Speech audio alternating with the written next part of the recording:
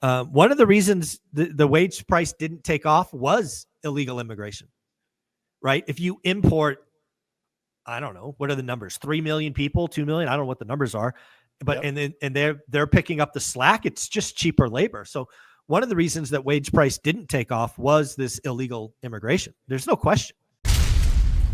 Alrighty, folks, it is time to remind you of the value that we give away at One Rental at a Time. Specifically, I'm referring to the 54-year spreadsheet. I actually look forward to updating it as we roll out the end of 2024. In the Q1, we will get all the economic data and we will put it in there. But Ty, you were showing me on your phone that you were admiring the 54-year spreadsheet and picking up some nuances. What's going on? Yeah, I just, putting a lot of thought into 2025 and what's to come. And being that we've been in such a high interest rate environment, and then you and I have talked a lot about like the 70s and 80s and, looking at patterns. And so I was looking at things like comparing what the 80s, 70s, looking at two or three things. I was looking at national sales. Mm-hmm. I was also looking at like interest rates. What were the interest rates during that period or those cycles? Yep. And then also even looking a little bit at unemployment, how important unemployment is today. So I just think, kudos to you, man. I think it's a brilliant piece of work.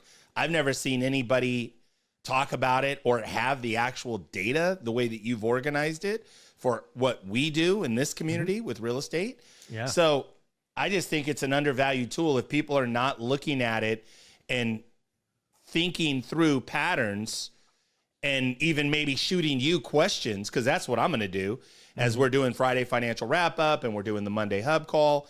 It's going to be a piece of my conversation with you going forward. I think it's a critical tool and a pattern to recognize. Yeah, again, the 54-year spreadsheet is how I've made so many right calls about the housing market. It is how I call the transaction crash, not the price crash. It is how I called, sub 4 million transactions, right? That spreadsheet is the tool, is the lens. Because again, people like to act like today is unusual, and it's not. We have a corollary. It's never going to be the same, but it'll be, it'll rhyme, right? And we've had a Fed who yanked rates higher. And if you watch it, you can see it play out. The first thing that it told me is it takes longer than people expect, right? How many times did you hear folks like Meet Kevin and all of these other folks say every 1 point rise in interest rate means prices will fall 10%? I'm like, yep. Where does that come from? That is not historically accurate. What? You're just making shit up now. It's wild that people don't look at this. Matt, have you seen the spreadsheet? I'm sure you have. Yeah, and like Ty, you lose track of it. You got 46,000 things saved to Dropbox and whatnot. So I've got to rediscover it wherever it is. But yeah, it's cool to look at. And as somebody who's active and having real estate conversations every day, it's cool to have historic perspective. I was at an open house this weekend. I just pop in to go see it. I meet one of the neighbors. We start chatting, and he's like, "Where do you live over here? Where do your boys go to school? One here, one here." And then I tell him, "How long have you been in the neighborhood? When did you buy this house?" And he tells me, "Longer than you've been alive, son." Only by 2 years though. He bought in 78, and I was born in 1980. Nice. But then, of course, he's talking about the fact that he doesn't think mortgage interest rates are high right now because when he bought, they were 8 or 9%, and then years later they went up into the teens.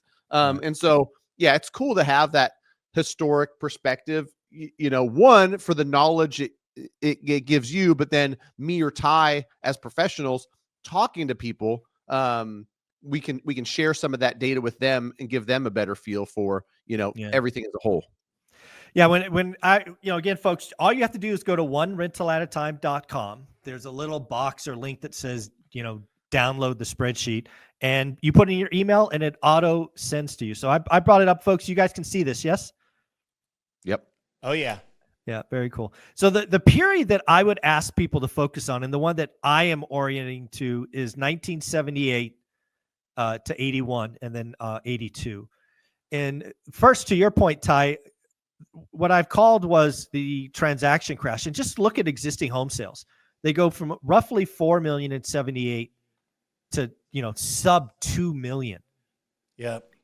That's wild. The other thing that's really wild, half, is In 2024, think about this, guys.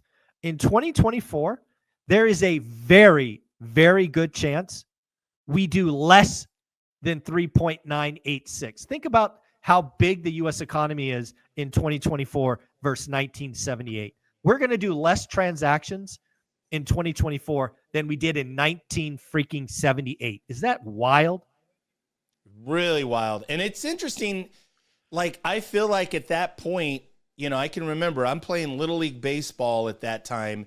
And I meet this kid, and his family's wealthy, and he invites me to come over. And I'm like, what do your parents do? Oh, my dad's in real estate. My dad owns rentals. My dad's an appraiser. And I literally was like, okay, what is real estate? How does that work? So it's funny that I can remember, like, I have a very clear memory of this period from the late 70s, early 80s, and then onward.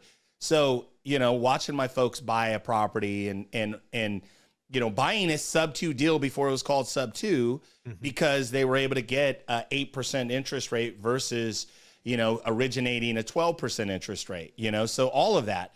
So just a wild time and really cool to go back and look at. And again, folks, go back and look at what the interest rates. Again, people are acting like the Fed has never done this before. Look at interest rates went from 9% to 16%. That's up 7%. That's up 7%. It's like today we have mortgage rates at 7%. Here we're up 700 basis points. And then the other thing that really is going to piss people off is home prices.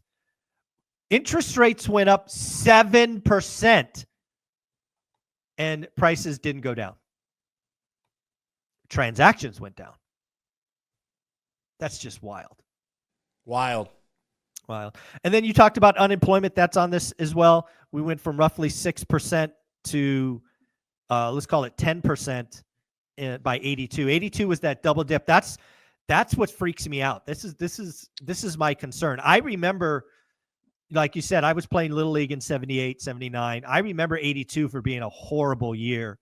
That was the year my dad was unemployed for like 11 months or something stupid. That was a rough year. That's I don't want to see us double dip or fight inflation twice. That would be not good.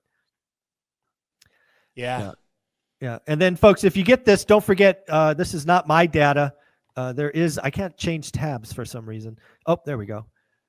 The data sources are listed here. It's not letting me click on it, but you'll see a tab that says data sources. You can go get the data sources. It's weird. It doesn't let me click that tab. Anyways, it's there. All right, let me stop sharing. Can I ask you a question, though, Michael, on this? Sure. And it's not necessarily data specific, but, interest rates, right? Let's look at unemployment. Let's call unemployment rolling at a plus or minus 4.4? Today? Yeah, let's call it. Well, it just got reported at 4.2.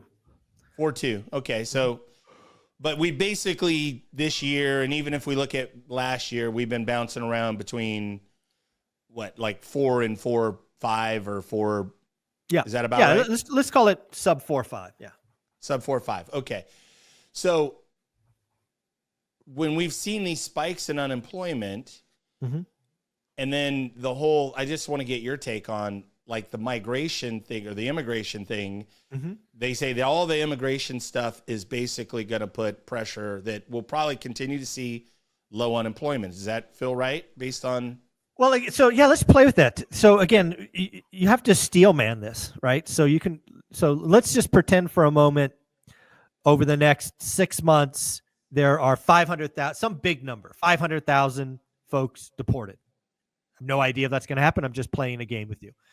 Those 500,000 folks they are part of the economy, right? They likely have a job. They're spending money. They're paying rent or something. They're part of the currency, right? There's money flowing, and they simply won't be. So that will likely have negative impacts on GDP. It will likely impact housing, at least at some level, especially if it's very regionally, like there's 500,000 people from California or New York, or if it's very localized, it will have real estate impact for sure, rental impact for sure.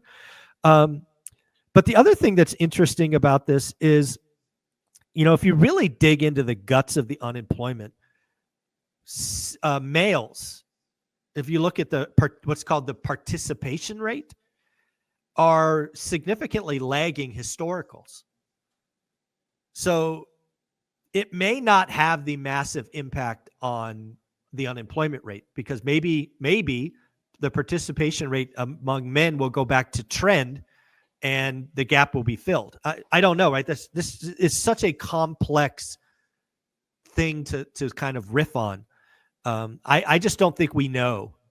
And I don't know how fast. I don't know region specific. If it's just, hey, we're going to go find the 14 or 40,000 criminals and deport them, not an impact. But if it starts to get to hundreds of thousands, and if it gets to millions, that will have an impact on the economy. There's just no question. Interesting. Do you think, but unemployment specifically, do you think? I think unemployment is going to be really interesting, because again, if you just play this game out, okay, you take 500,000 people out of the employment market. Then those people were doing jobs that now need to be done by someone else. How does that happen? Well, you probably have to raise wages. So you have wage growth. Okay. Right? So, and that maybe ups the participation rate among men, who again are trending below. So I think people are going to be shocked on the unemployment. I don't think it's going to go up because of that. I think the outcome of it might shock people and be wage growth. I think wage growth might be the shocking. And you've talked about that too. We haven't talked a lot about it, but you've talked about that earlier in the year, and even a lot over the last year, even in 23. Yeah, that seemed to be a big theme. The wage price spiral was a real concern. Back when we had 10 million job openings in the JOLTS report, and we were at 3.7 unemployment rate.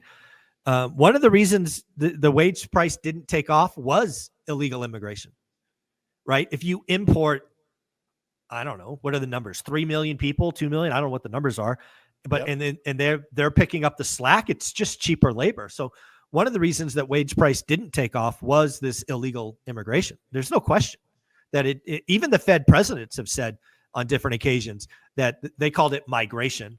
Even though the mass migration, it tempered wage growth for sure, and it'll just reverse, and probably reverse quickly.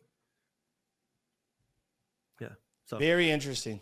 Yeah. That's what I was gonna. I'm just sitting here listening, and it's like nobody knows, but I'm glad to have Mike on here. With economic data and stuff to say, here's some of the what ifs on what would happen. Because immediately, this is just a layman kind of guessing.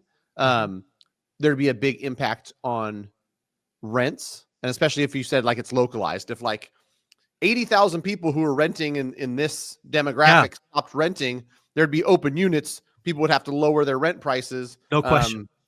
And I would imagine a lot of that demographic is more renter heavy than owning something, right? So that would be interesting for, from an investor standpoint, like what would happen to my rents if we lost 40,000 people in this metro? Yeah, I think we never script these things, so we're just riffing here. I think the interesting to think about on this topic is the job market. Again, I was thinking to like the entire job market, but if you even orient down to subsectors like farming and construction, again, based on what I've read, there's a lot of, those jobs are done by these folks. Just think about losing 10% of the folks working the fields and working in construction. That food still needs to be picked. That stuff still needs to be built. How do you do it? You have to raise wages.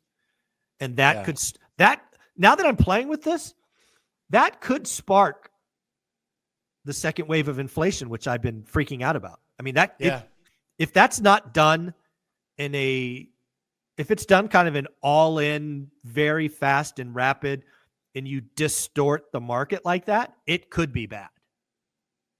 Oh yeah. Wow. Yeah.